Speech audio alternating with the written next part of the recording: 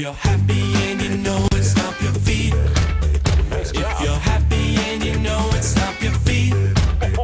If you're happy and you know it, then your face will surely show it. If you're happy and you know it, stomp your feet.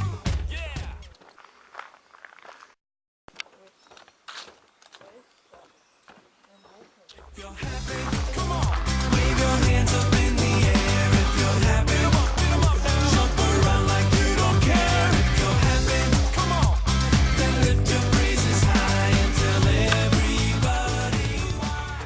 Oh, if you're happy and you know it, I love it. I love having a bit of fun. I love being able to rest and relax and rejuvenate and refresh. And it's something that I'm learning to do. It's something that I am traditionally not very good at.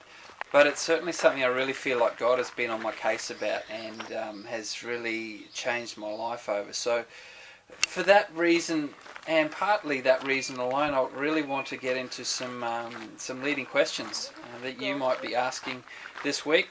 As we've moved from the foyer a few weeks ago, where we're more guarded in our relationships, we move into the living room where we relax a little bit, we have more meaningful conversations around life issues. We move into the kitchen, we get to experiment a bit more.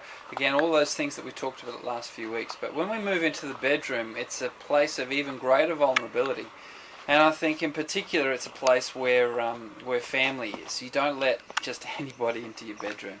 And so this week, one of the big things I want you to be thinking about is, what does your bedroom function as? What are the things that happen in your natural bedroom that maybe will translate to some ideas for your spiritual life, but also for your natural life every day of the week, but also the idea of resting and relaxing and refreshing. And I want to focus on that in particular today because there's some real big ideas around community and being with others that came out of what I shared on Sunday, and that's all available online at riversidechristian.org.au. If you missed it, you can get the audio for that.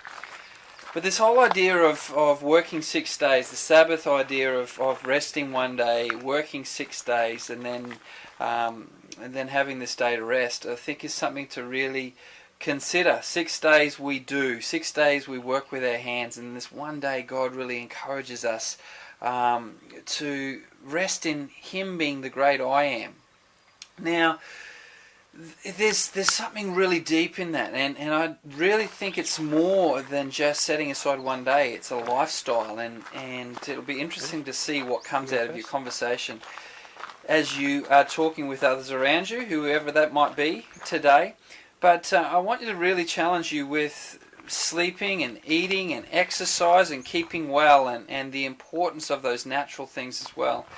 And the importance of holidays, particularly if you've got family, because some of the greatest memories that I have of my childhood, and of my parents in particular, more than when I got disciplined and all those sort of things that we tend to always remember, the big things that happened, were the times we went fishing, or the times we went camping, or the times that there was just something that just seemed to be out of the ordinary.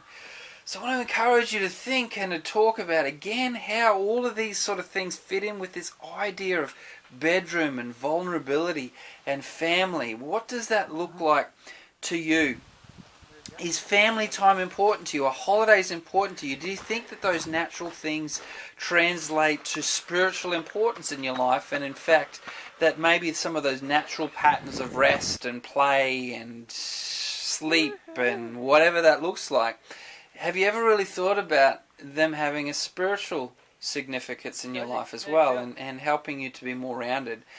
Ask each other those questions. How you rest, what you feel guilty about not doing, or what you feel guilty about doing.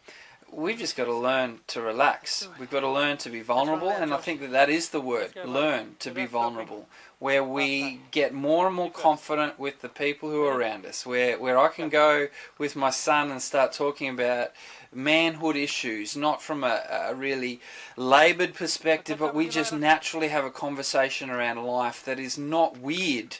And I'm loving that. The more that I get to know my kids, that the more we can have really meaningful conversations. and talk about life, because there is so much to talk about.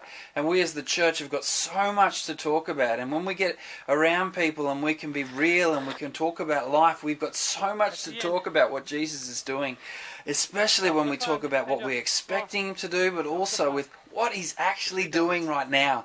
So in your group, with the people around you, what is he doing right now? Rest in those things. Rest in the fact that God is in control. And I really want to encourage you just to focus on those things, on the natural things, and think about how maybe they might translate into your spiritual life. Enjoy your time together. I'm really excited for you, because this vulnerability is, I think, one of the massive keys to God doing a turnaround in all of our lives. Enjoy your time. It's been great to be with you.